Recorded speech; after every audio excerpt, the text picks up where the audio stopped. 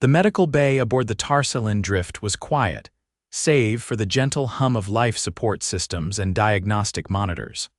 Sterile light bathed the room in a bluish hue, reflecting faintly off the chrome walls. In the center of the room, sprawled across an examination platform, lay a sweating, shivering man named Silas Huxley. Captain Silas Huxley, exobiologist and liaison to the Vareni Accord, was not having a good day. His skin glistened with perspiration, his cheeks flushed an angry red. His breath came in shallow rasps as he lay curled on his side, occasionally mumbling incoherently. A thin blanket covered him poorly. His boots had been hastily removed and were tossed beneath the med table. Nearby, an alien stood motionless, staring at the readouts with what could only be described as growing dread. The alien's name was Kethril. He was a senior observer of the Vareni, a species known for their meticulous record-keeping, diplomatic caution, and a deep-rooted fear of organic instability. Kethril waved a hand in front of the human's face. Silas blinked slowly but didn't respond. "This is escalating," Kethril muttered to himself, antennae twitching in a pattern that, among his kind, conveyed deep concern. His dermal temperature is fluctuating by full degrees. Internal fluids are misaligning, perspiration copious. This may be terminal. Dr. Yana, a fellow Vareni, approached with a data slab in hand. "He is melting." "His tissues are boiling," Kethril said grimly. "Look at the readings." Elevated temperature, erratic neurotransmission, muscular tremors. We've seen this before. Yana's eyes widened. "The Plathari collapse." "Exactly," Kethril hissed. "It began with similar symptoms. One individual's destabilization led to a colony-wide neurological cascade. We must assume this human is experiencing early-stage systemic dissolution." "He was fine 2 rotations ago," Yana said, voice trembling. "Then he consumed that thing," Kethril replied, pointing to a discarded foil wrapper labeled chili beef burrito extra hot. "It sparked the collapse." "I've logged it. We need to initiate sterilization protocol. I'll alert command." Yana stepped closer to Silas. "Human Silas," she said gently. "Do you comprehend me?" Silas groaned, shifting slightly.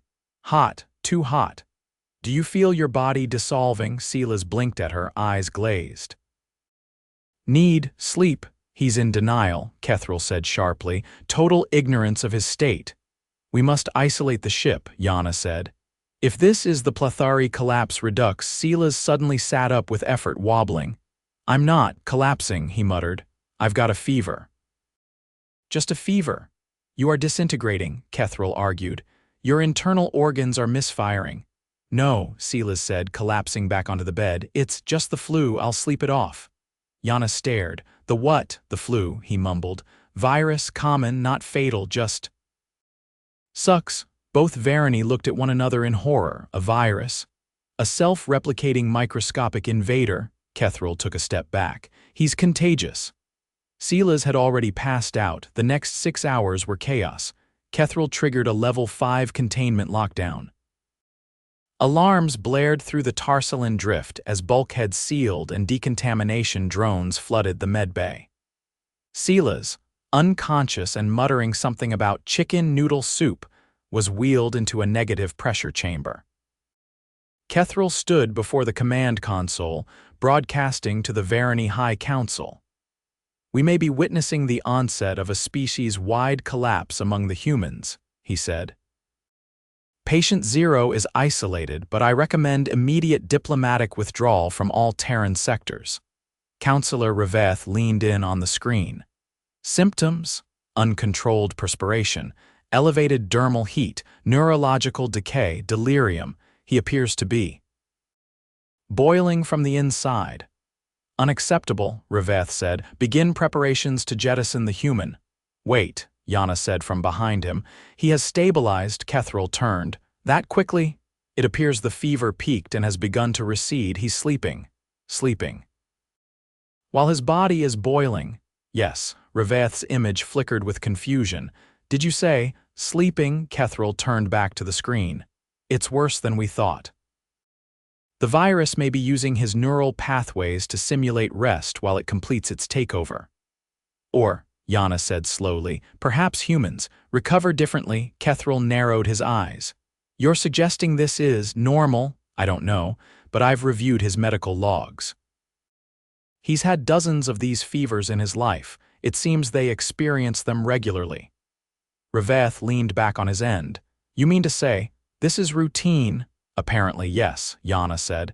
They call it the flu, they endure it without advanced treatment. Often they do nothing but rest. There was a long pause. Kethril glanced at the observation window. Silas was still asleep, snoring faintly, a cold cloth on his forehead. We may have overreacted, Kethril admitted. Silas stirred around the 8th hour. He groaned, sat up slowly, and blinked around. Why is the room sealed? He asked, voice hoarse. You were dying, Kethril said. I had a fever, you were melting. No, Silas coughed, reaching for the glass of water beside him. I had chills, that's how the immune system works. Raises body temp to fight viruses. You're saying you induced your own internal overheating, on purpose? No, my body did, Kethril's eyes narrowed, without asking. Welcome to being human. Silas stood, wobbled, and sat back down. I need another hour, maybe 2. You're not. Dead? Nope. Kethril turned to Yana. He slept through a biological crisis. Silas waved vaguely. It's not a crisis, you just freaked out. You were glowing red. Yeah, fever, normal. Kethril's antennae twitched again. You terrify me. Silas lay back down and sighed. You and me both. The lockdown was lifted slowly. A full decontamination of the med bay took place, even though Silas insisted it was unnecessary. The Vareni insisted anyway. A follow-up examination confirmed he was no longer febrile. Kethril lingered nearby, watching Silas with the cautious awe one might reserve for a dormant volcano. Later in the galley, after Silas had eaten a bowl of bland rice and sipped weak tea, Kethril sat across from him. I reviewed your species data on fevers, Kethril said. You endure this several times in a lifespan, dozens, sometimes more. And you never consider it fatal. It sucks, but it's not deadly unless you're already weak or vulnerable. Kethril stared. But your tissues were destabilizing. No, that's sweat. Cooling mechanism. You elevate your internal temperature, then cool yourself by leaking water, basically. Your biology is a contradiction. Silas shrugged. Yeah, evolution's weird. Kethril leaned back, clearly unsettled. Your immune system fights microscopic invaders by burning itself alive. That's one way to put it. Kethril was silent for a long time. Eventually he said, Your people, you must be very tired. All the time, Silas said, finishing his tea. But we've got soup and blankets, so we get by. Kethril stood slowly. I will update the council, adjust the crisis threat matrix. You had a matrix. Your fever was rated Category 4, Silas blinked. Out of how many? 4, he laughed, then winced and held his ribs. Okay, not too hard, still sore. Rest, Kethril said. Please, we will not survive another fever. Silas did rest. He spent the next day sleeping, reading an old paperback and eating crackers. Yana checked on him periodically, visibly relieved to see the red in his cheeks fading. Kethril, however, remained suspicious. On the 3rd day, Silas was up and about. He walked the observation ring, nodded to passing Vareni, and even helped recalibrate the botanical sensors. When Kethril saw him, he paused mid-step. You survived, Kethril said. Told you? I logged your temperature spike as a non-lethal microbial event. Catchy. I also added a note, do not panic upon human perspiration. Good call. Kethril looked at him for a long moment. You are resilient. In a dangerous way. Thanks. I'm not sure it is a compliment yet. Silas laughed again, this time without pain. Give it time. And he walked off, leaving Kethril to stare after him, muttering something about unpredictable mammals and the terrifying indifference with which they danced on the edge of collapse. The botanical wing smelled faintly of ozone and wet moss, which Silas found oddly comforting. He was seated on an insulated crate, elbows on knees, watching a Vareni technician delicately probe a patch of soil with a translucent rod that blinked at intervals. His head still felt a bit cotton-stuffed, but the ache behind his eyes had eased, and his joints no longer protested with every motion. "Those roots are too shallow," he said, gesturing vaguely at the hanging vine creeping along the edge of the hydrobe. "They'll strangle themselves when they start reaching for nitrates." The technician flinched. It was a slight movement, barely a twitch of the upper shoulders, but pronounced enough that Silas noticed. He raised his hands in a quick, harmless gesture. "Sorry. Just trying to help." Another Vareni, older by the look of his deeper carapace ridges, emerged from behind a vertical lattice of red-veined leaves. His name, as Silas recalled from the crew directory, was Lethen. He did not appear pleased. "Human Silas," Lethen said, tone neutral but eyes alert. "You are not authorized for this section." "I'm not poking anything," Silas replied. "Just sitting. You are still within your post-illness monitoring window. You should remain in the recovery ward." "I feel fine." Lethen's nostrils' tiny slits just above his jawline contracted with audible skepticism. "We are not equipped to interpret subjective wellness from your species." "Then maybe ask," Lethen approached, stopping at a cautious distance.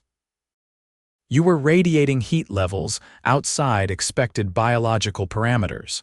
You entered autonomic instability. And now you are here critiquing root patterns. I got bored. There are protocols, which you activated while I was unconscious. You could have expired." "I didn't." Lethen's jaw twitched, a gesture Silas had learned indicated deliberation, not anger. "You exhibit no lingering signs, residual fatigue, taste buds are off, that's about it." Lethen turned to the technician. "Cease soil calibration. Begin decontamination, sweep of everything within 3 meters of this crate." The technician blinked twice, hesitated, then began packing up the rods. Silas stood. "You're wasting your time, I'm not infectious anymore." "That is not a certainty. I've had this virus before, it runs a pattern." This was textbook. 48 hours of fever, muscle pain, some congestion, then recovery. No complications. You cannot be certain the pathogen has not altered under transit conditions. Silas opened his mouth, closed it again, then exhaled through his nose. "Fine, I'll go. But you might want to check the pH in hydrobe 4. It's skewing alkaline." He walked out without waiting for permission.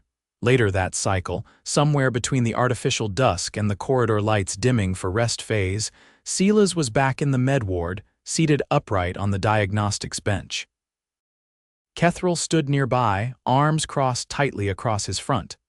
A new figure entered, taller than the others, with a crest along the skull that shimmered faintly as she moved. Her name was Sora, and she wore the insignia of Vareni Health Observer Prime. "Human," she said crisply. "Report your current condition." 90% baseline, Silas answered. "Some residual dehydration, appetite's back, no fever for over 18 hours. Describe your immune response." Silas blinked. "You want the whole process?" "Yes. I got exposed, probably from a surface on the shuttle bay. My immune system recognized the virus, likely a strain I've encountered before. It triggered a cascade, cytokines, fever to inhibit replication, white blood cell mobilization. I slept, burned through the infection, and now it's resolving." Kethril looked at Sora. "That sounds aggressive." "It is," Silas said. "We don't have internal redundancy like you, we fight hard and fast. Your immune architecture is primitive." "Efficient," he corrected. "And adaptive." Sora nodded slowly. "Your species has cataloged these patterns centuries ago. We have entire industries built around symptom suppression. Yet you endured the event without pharmacological assistance." "Didn't need it," Kethril interjected. "That concerns us more." Sora circled the diagnostics bench. "You allowed your body to enter a volatile state without intervention. That implies a high tolerance for internal disruption. We call it riding it out. Your terminology lacks clarity." Silas rubbed his temples. "Look, I didn't choose to get sick. I handled it like any other human would. Flu is annoying, not catastrophic. Sora stopped and regarded him directly. You were, at one point, hallucinating? I thought my blanket was made of bees. That passed. That is not a reassuring report. It was a mild hallucination. Kethral's eyes narrowed. Define mild. I didn't scream, neither alien spoke. Silas sighed. So what's the point of this? I'm not contagious, I'm upright. What more do you need? Sora folded her arms. We need to understand what your species considers tolerable. If your threshold for distress includes internal overheating, organ strain, and altered perception, we must revise our approach to Terran biological reports. That's probably smart. There is also the matter of crew-wide psychological impact. Silas frowned. What impact? Kethral shifted. Several Vareni have reported lingering anxiety.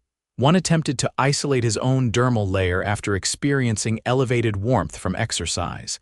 He believed he was about to undergo biological meltdown. Oh, Silas said. Right, that's unfortunate. Sora's tone remained flat.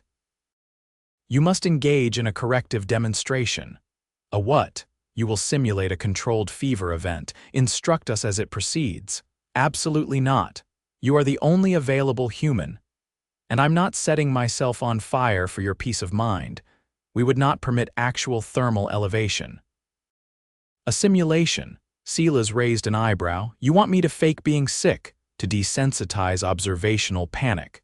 That's the dumbest training module I've ever heard. Then suggest an alternative. He stared at both of them for a long moment, then rubbed his eyes again. Fine. But I'm doing it with props. The following cycle, the crew lounge was cleared of unnecessary personnel. A selection of Vareni, handpicked for their roles in emergency response, gathered in quiet rows. Sora presided from a raised console. Kethral stood beside a series of projection nodes rigged to display vital signs. Silas sat on a recliner, draped in a thick blanket, cheeks dusted with cosmetic red pigment. A thermometer borrowed from the med bay and disabled rested under his tongue. Kethral addressed the group. Observe now the human in a state of fever. Note the lack of panic. Silas made a low groaning sound and shifted under the blanket. One eye opened. Too hot, he moaned.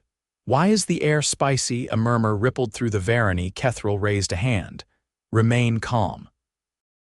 This is a non-terminal expression.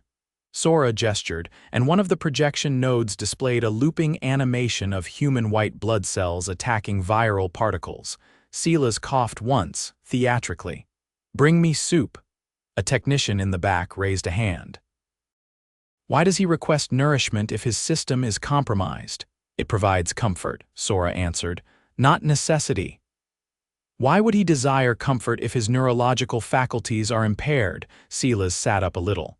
Because being miserable doesn't mean giving up. It means finding little things that suck less. The technician looked confused. Another leaned toward his neighbor. He is joking while dying, Silas pointed. See, that's the problem. You keep confusing discomfort with doom. Sora turned toward the group. What do we observe? A voice from near the front. He is functioning within distress, not collapsing. This contradicts our prior assumptions. Another added, his system displays chaos, yet he remains self-aware. Silas coughed again, then pulled the thermometer from his mouth and held it up. Normal mammals panic when they're sick, we just get cranky. Kethral stepped forward. End simulation. Silas flung off the blanket and stood. If you ever ask me to do that again, I'm billing for emotional damages. Sora nodded. Confirmed. Panic threshold adjusted. Fever reclassified from biological emergency to managed disruption. You're welcome. That evening, Silas returned to his quarters, exhausted from the performance. He kicked off his shoes and dropped onto his bunk. The lights dimmed automatically. Somewhere in the corridor, he could hear Vareni whispering. Not panicking, just whispering. He smiled to himself, not because he felt triumphant, but because something had shifted. They were learning, and for once, so was he. By the third full cycle since the incident, Silas had regained most of his energy and was no longer being trailed by decontamination drones or shadowed by biohazard officers. The Tarsalyn Drift had returned to its usual rhythm, quiet, clinical, and just a touch too damp for his liking. Still, the crew gave him noticeably wider passage through the corridors, as if unsure whether he might spontaneously combust again. He was in the shared nutrition lab now, hunched over a tray of rehydrated fruit and what the Vareni labeled as digestible grain clusters, which tasted faintly like compressed fog. The room was empty except for a maintenance drone polishing the wall panel seals with what looked like maternal devotion. The door hissed open. Kethril entered, holding an object that could only be described as a modestly sized box with vents and a retractable antenna. "You're eating again," he observed. "I never stopped," Silas said. "I just slowed down. You ever had a fever wrecks your appetite?" Kethril set the box on the table and sat across from him. "We do not generate internal heat for immunological purposes. When we overheat, it is from mechanical failure or metabolic disruption, not as an intentional defense. Yeah, humans are overachievers in weird ways." "This is a thermal monitor," Kethril said, tapping the box. "It is programmed to track your temperature. It will alert if you exceed 38.5 degrees, your last known fever threshold. I'm not wearing that. It will remain in your quarters. Passive detection." Silas swallowed a piece of the fruit and wiped his mouth. "You're still worried." "I do not process worry the way you do." "You taped a motion sensor to a lunchbox and called it a fever alarm." Kethril didn't respond. The antenna on the device twitched once, then went still. After a pause, Silas leaned back, arms folded. "Is this about the hallucination?" "It was not documented in your pre-departure briefing. We were unaware human cognition could be altered by moderate thermal elevation. Let me guess, you think I might experience another episode and start issuing commands to the ship's AI while believing I'm talking to my grandmother." Kethril blinked slowly. "That possibility was discussed. She's been dead for 15 years. I don't think she's showing up mid-fever to request course corrections. We considered that hallucinations could carry operational consequences." Silas sighed, picked up a piece of grain cluster, studied it, and dropped it back on the tray. "You ever dream about drowning in syrup?" "No." "Then maybe you're not cut out to evaluate human brain glitches. It is not about evaluation. It is about minimizing procedural risk. You are still the human liaison. If you collapse in a diplomatic meeting, it reflects on the accord. Now we're back to PR. It is not superficial," Kethril said. "Our species relies on external perception to maintain strategic neutrality. If one of our allies is perceived as volatile, I didn't explode. You hallucinated bees. That wasn't in public. You were found clinging to a ventilation duct yelling about the buzzing laws of thermodynamics." Silas opened his mouth, paused, then scratched at his temple. "That part's blurry. We do not find that comforting." He pushed the tray aside and stood. "I'm not a hazard. I had a virus. I got over it. Maybe you should be less afraid of things you don't understand." Kethril straightened. "Understanding is not the issue. It is the unpredictability of your recovery.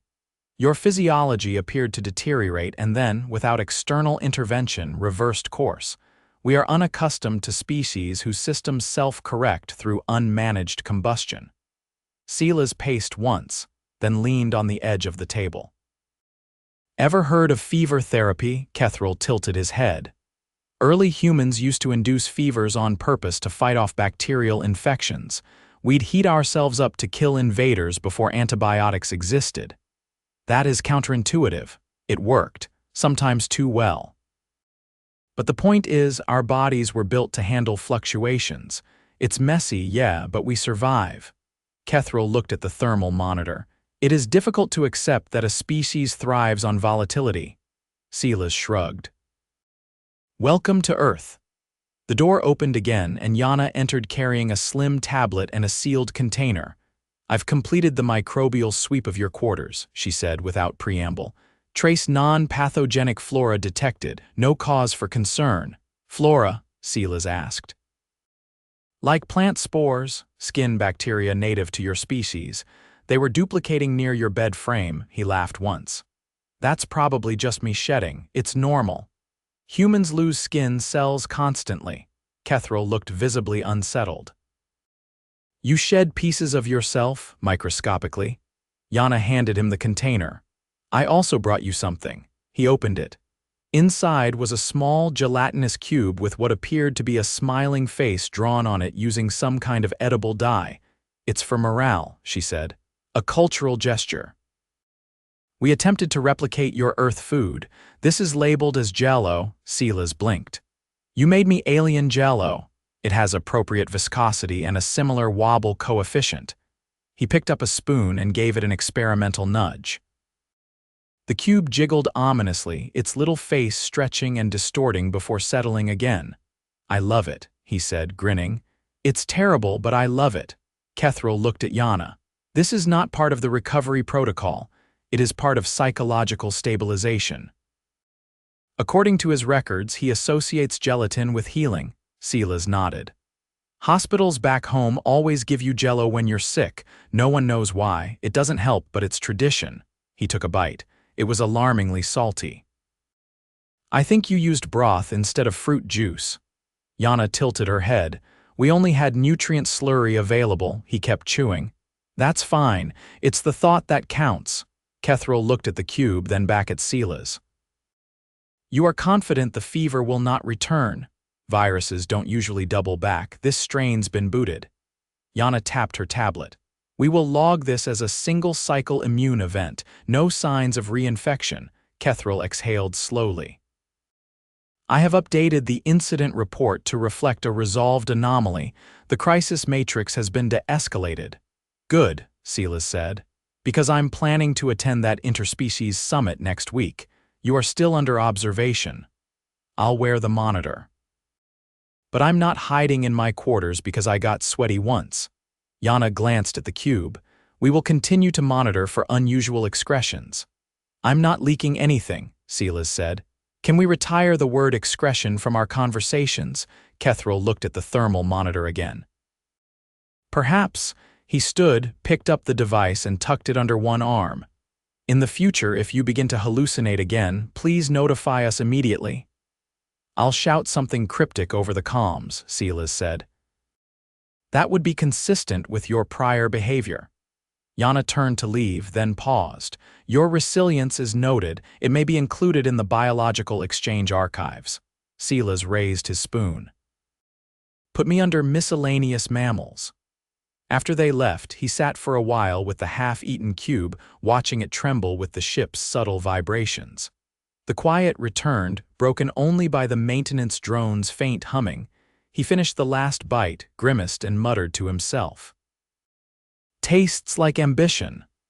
Then he stood, stretched his arms, and walked out, ready to rejoin a ship that had, in its own way, survived his fever too.